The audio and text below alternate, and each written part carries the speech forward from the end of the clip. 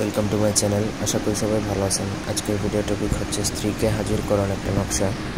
অর্থাৎ আপনার স্ত্রী যদি আপনাকে রেখে চলে যায় বা পালিয়ে যায় কারোর সাথে, হয়তো বা যদি সে তার বাবার বাড়িতে যে আপনার কাছে আসতে না চায়, তাহলে তাকে কীভাবে হাজির করবেন তার নকশা।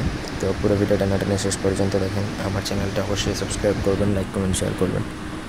আপনারা যদি আমাদেরকে দিয়ে কোনো ব্যক্তিগত কাজ করাতে চান, তাহলে স্ক্রিনে দেওয়া নাম্বারে সরাসরি ফোনে বা হোয়াটসঅ্যাপে যোগাযোগ করে যে কোনো কাজ করাতে পারবেন, তদবির জাতীয়, দেশে অথবা দেশের বাইরে থেকে।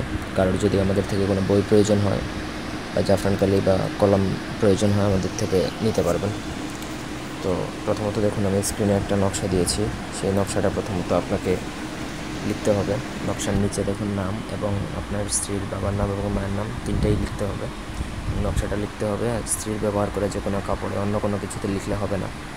তার ব্যবহার করা যে কোনো কাপড়ে এই নকশাটা লিখতে হবে লাল কালি অথবা জাফরান কালি দ্বারা।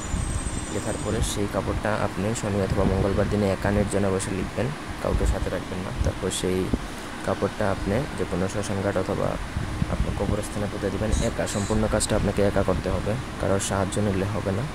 এটা করার 24 ঘন্টা থেকে 72 ঘন্টার মধ্যে আপনার স্ত্রী আপনার ঘরে হাজির হবে, একদম গ্যারান্টেড।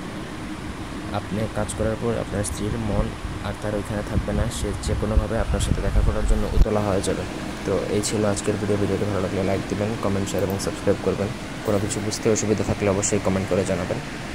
আর এই কাজটা করার পূর্বে অবশ্যই আমার অনুমতি নেবেন। ভালো থাকবেন, সুস্থ থাকবেন। ধন্যবাদ সবাইকে আমাদের সাথে থাকার জন্য। আল্লাহ হাফিজ।